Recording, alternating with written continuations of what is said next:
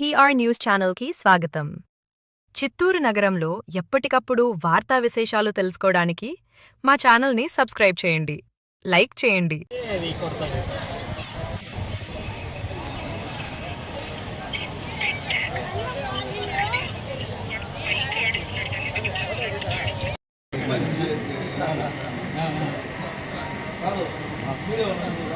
వచ్చామన్నా, నమస్తేనా, ఉన్నావునా?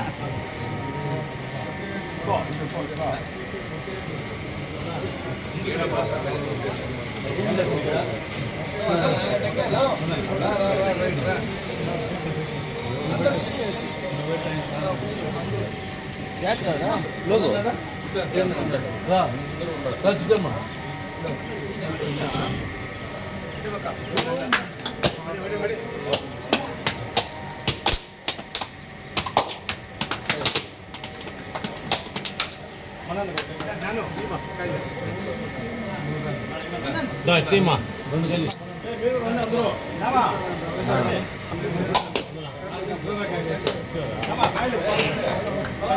నరసింహన్న కొట్టినా, నరసింహన్న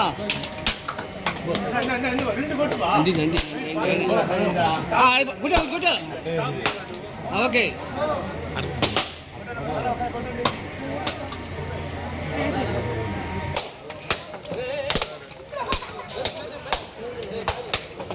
నా సార్కి ఒకటి ఏంటన్నా, మిగతా వాళ్ళకు అవకాశం ఇస్తే కదా. రేపు వాడికి లేదు, ఎల్లుండి అంట, ఎల్లుండి కావాలంట.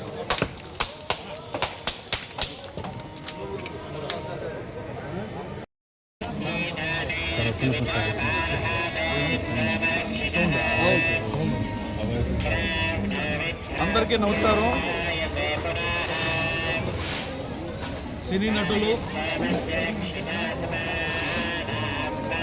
హిందూపురం శాసనసభ్యులు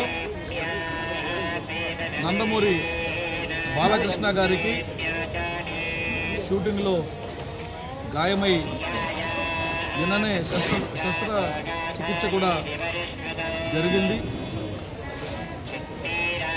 ఆయన త్వరగా కోలుకోవాలని, ఆరోగ్యంగా తిరిగి ప్రజాసేవకి పునరంకితం కావాలని, కళామ తల్లి సేవలో ఆయన మళ్ళీ యథావిధిగా పాల్గొనాలని ఈరోజు కాణిపాక వరసిద్ధి వినాయక స్వామి ఆలయం వద్ద నందమూరి బాలకృష్ణ అభిమాన సంఘం నాయకులతో కలిసి తెలుగుదేశం పార్టీ నాయకులు,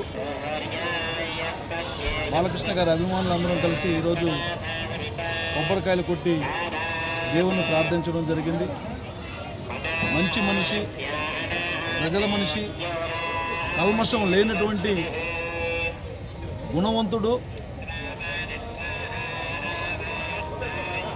ఏ దురదృష్టమో లేకపోతే ఏ గ్రహపాటో తెలియదు, గాయపడి ఆసుపత్రిలో ఉన్నాడు.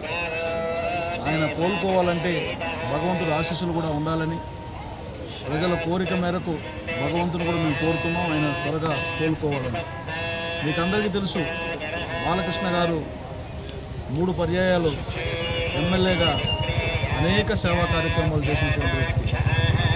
అట్లాగే సినిమా రంగంలో కూడా విభిన్నమైనటువంటి పాత్రల ద్వారా సమాజాన్ని మేల్కొల్పడానికి, సమాజాన్ని చైతన్యపరచడానికి, సాంఘికమైనటువంటి పౌరాణికమైనటువంటి పాత్రల ద్వారా మన సాంప్రదాయాల్ని నిలబెట్టడానికి నటుడుగా చేసిన సేవలు, చేస్తున్నటువంటి సేవలు అమోఘం.